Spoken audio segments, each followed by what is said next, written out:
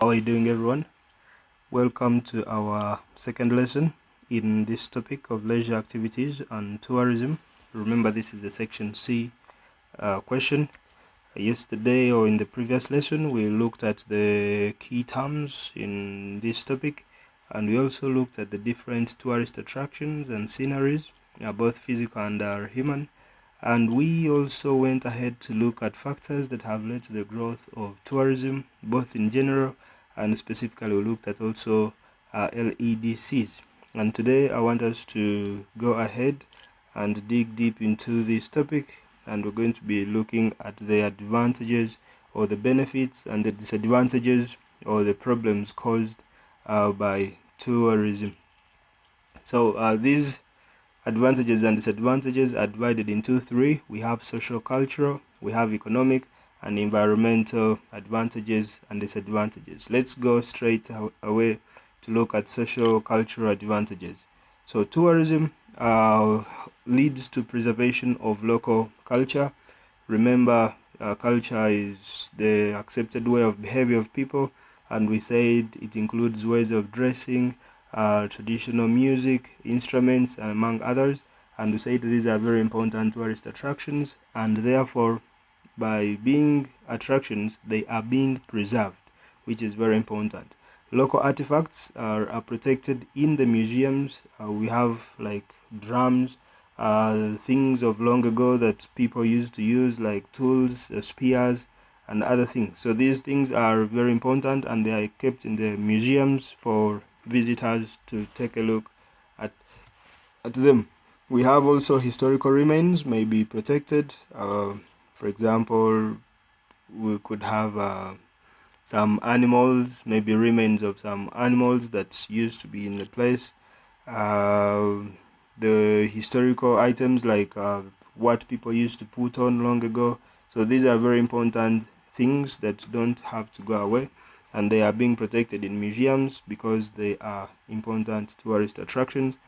Next, tourism may improve countries' reputation and create cross-cultural links. The fact that people come from different countries with different cultures and they mix with people in another country having different cultures, you find that there is this cultural link between the tourists and the local people. And also some cultures get to have high reputation because of how tourists look at them. We can also look at another thing, that tourism encourages education in order to produce labor. Of course, people who work in the tourism industry must have skills such as ability to speak many languages. So this is very important. People get education. And also we can look at family ties are strengthened by visits to relatives in other regions or countries. For example, if I have a relative in Canada, by visiting Canada to tour, I'm also visiting my relative, which strengthens our family ties. This is very important. Tourism can also lead to greater understanding between people of different cultures. So tourists from a different country having different cultures can intermix with the people of another country, and they get to understand and appreciate each other's culture, which is very important. We get to understand what things another culture values, and this is a role of tourism. We can also have development of foreign languages. People in the host communities get to learn languages that are spoken by the majority of the tourists that keep coming, because these skills are quite important if you have to work, for example, as a tour guide, receptionist, or a waiter and waitress. Very, very important. It may encourage migration to major tourist communities.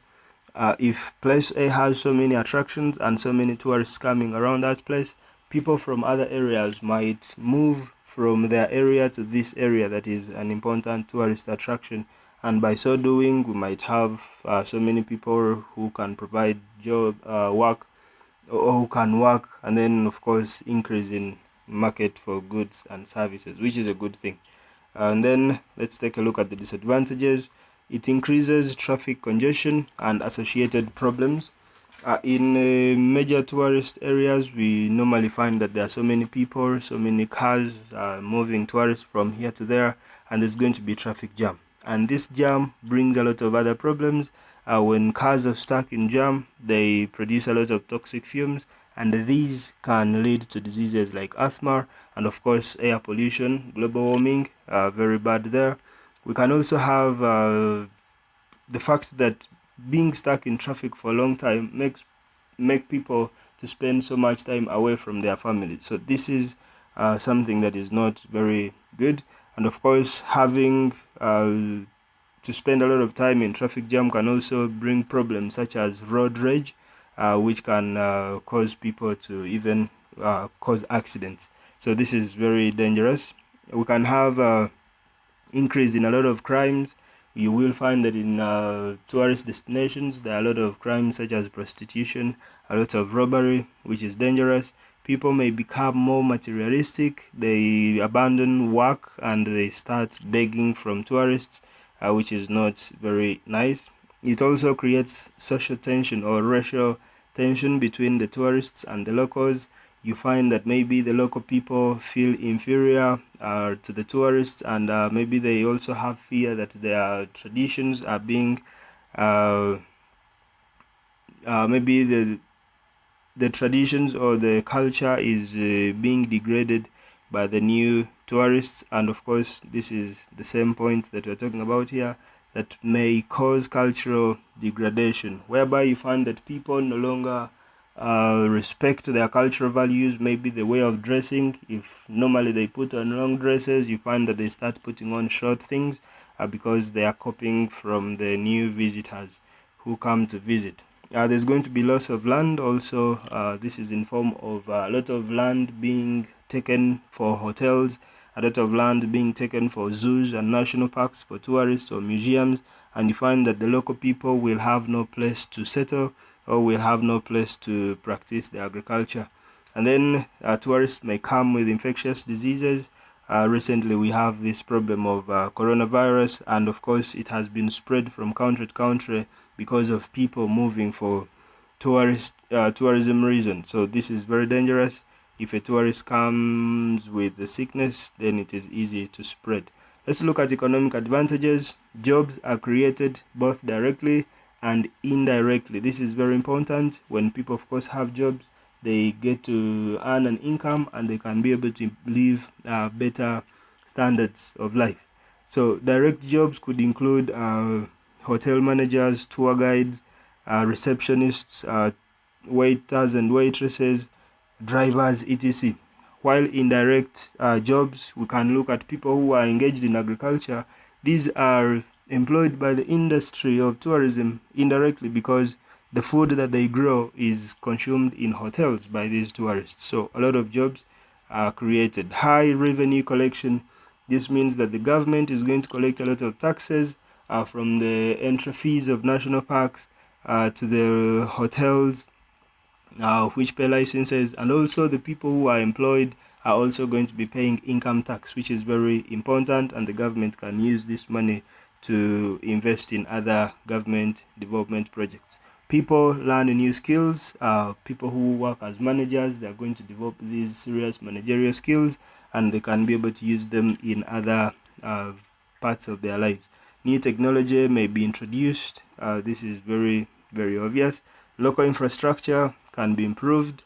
In a place that has so many attractions, you will find that people can, the government might construct roads there so that it eases the movement of tourists, and of course the local people will also benefit from these roads because they will use them to move themselves and also their goods. Economic disadvantages, we have many jobs, of course, that are high paying will be saved for foreigners.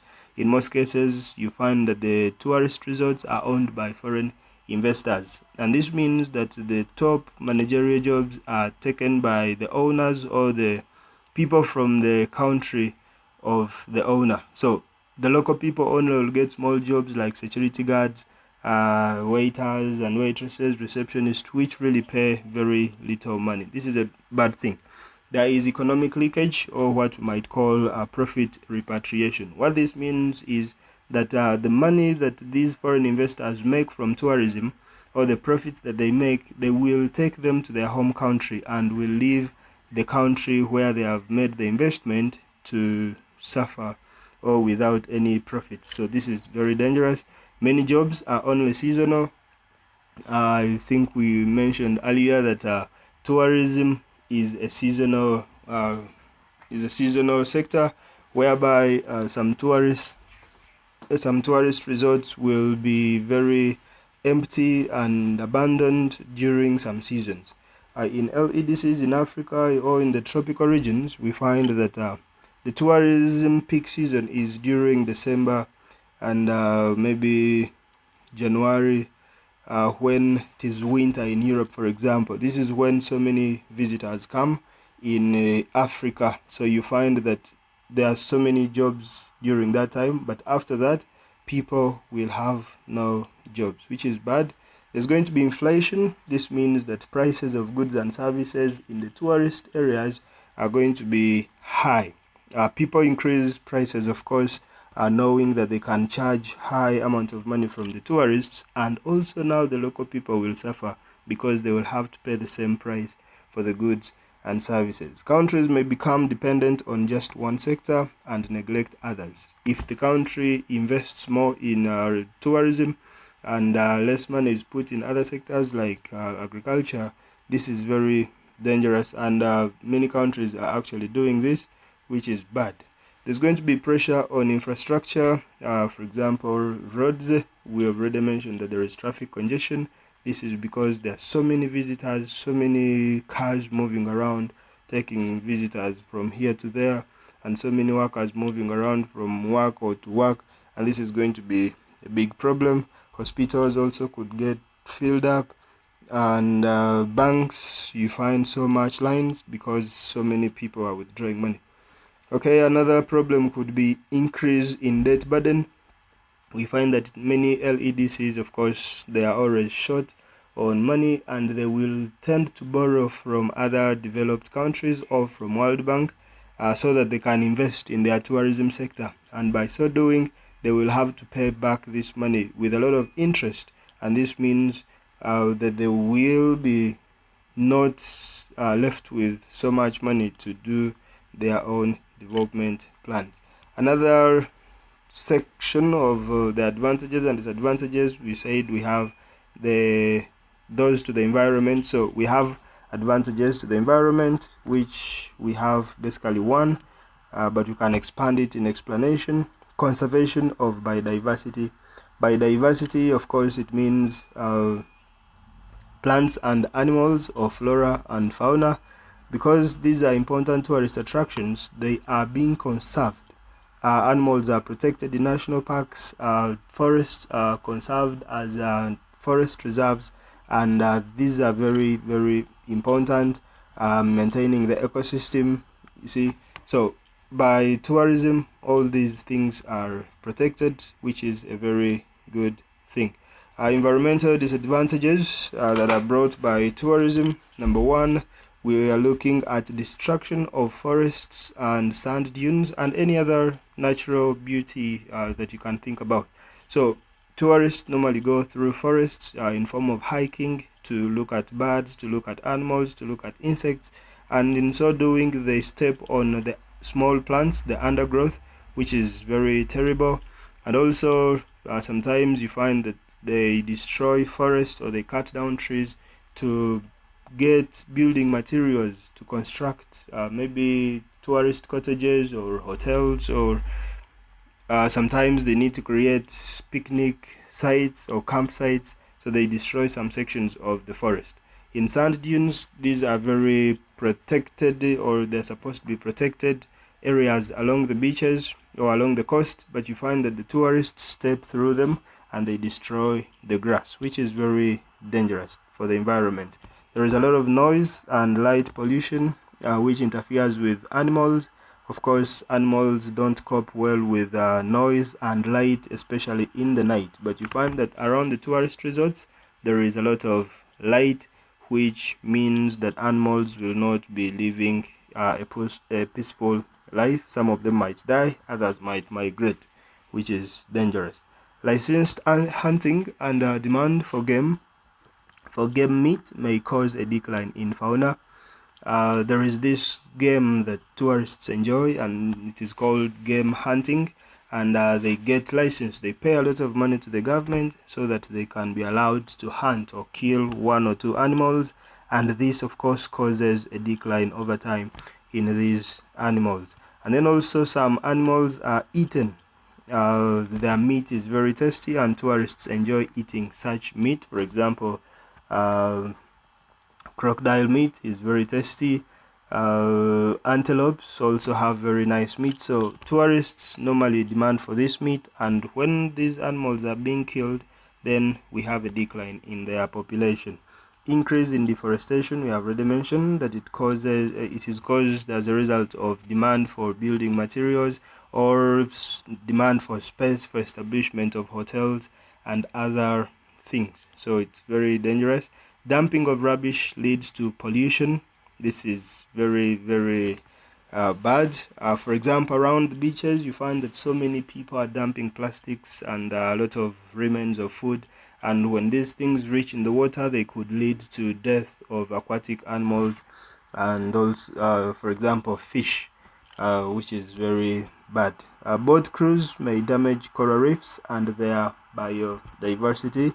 Of course, you know, coral reefs grow in the sea, nearer to the coast, and we find that when boats move around or along those coral reefs, they break them, and also they will kill the animals that live within the coral reefs, which is bad. We can also look at this problem of souvenirs. Many tourists normally want to take souvenirs or things to remind them of the places they visited, and if they keep plucking things, for example, pieces of coral reefs, over time you'll find that the coral reef is actually reducing, which is very, very bad.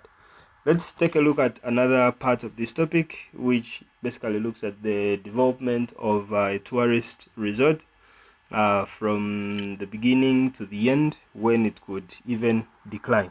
So we are looking at a model which we are calling Butlers Product Cycle.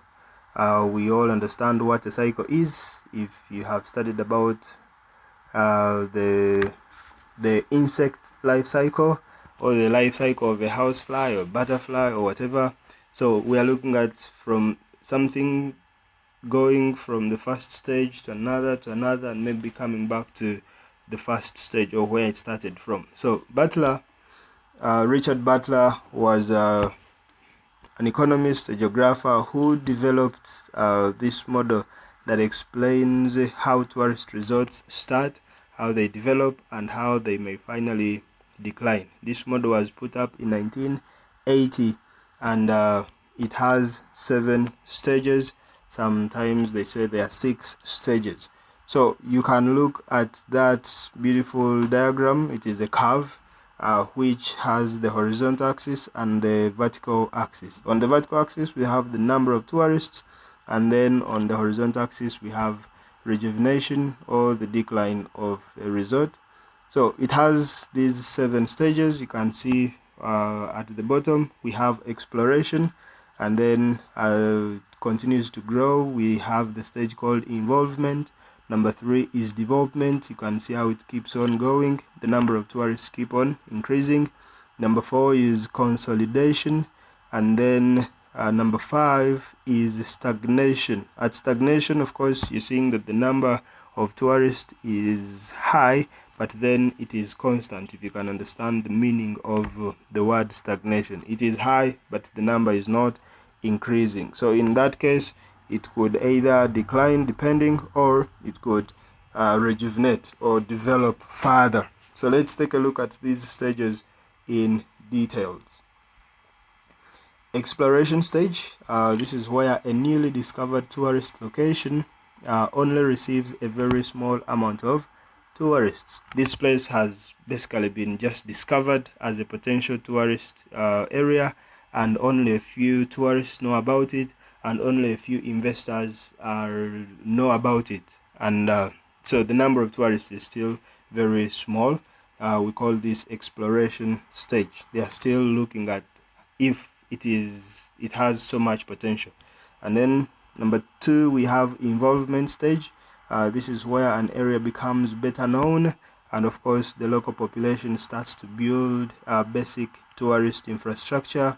This is local investment. Basically, small facilities start to come up, and the area becomes better known as a potential or as a very important tourist resort or area. And then number 3, this place is going to become developed, so the stage is called development. This is where tourism sector becomes very important in this area, and there's more investment, obviously, by the foreign investors or the rich people, or sometimes even the government has to put in some infrastructures like roads, and big hotels come around. And of course the number of tourists is increasing because there's going to be a lot of advertisement, a lot of beautiful facilities will be put in place, and people will increase. Stage 4, we call it consolidation. This is where this area change to the exclusive use of tourists only, and in most cases they are foreign tourists, whereby the local people have very limited access. Sometimes this place is very expensive that the local people cannot even afford to come around. So this is called consolidation stage, and of course you can expect that there's going to be some bit of opposition.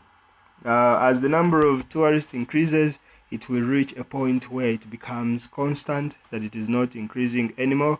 We call this stage stagnation stage, whereby as people continue to oppose the tourist activities in their place, because some of them are being denied opportunity to come around there, maybe they are not even being given good jobs in the place, some of them lose their land, so there's going to be opposition, and so people basically reject this investment venture in their area. And also on the side of tourists, you may find that tourists have been coming to this place over and over, and they become bored, so they stop coming. So this place, the facilities become almost irrelevant, and of course the number of tourists is going to either remain constant, or at times it may decline. So number 6, this is where the investors have to do something. If the number of tourists has remained stagnant, the investors will think of rebranding their destination or the facilities, maybe making promotions, reducing prices, making a lot of advertisement. So if they do this, then it means that the tourists would increase. Of course, you would come to attend a beautiful hotel for a cheap price. So number of tourists might increase in this case. However, if they do not do these improvements, then the number of tourists is going to decline, and this place will go back to zero, or it will be irrelevant. Subscribe.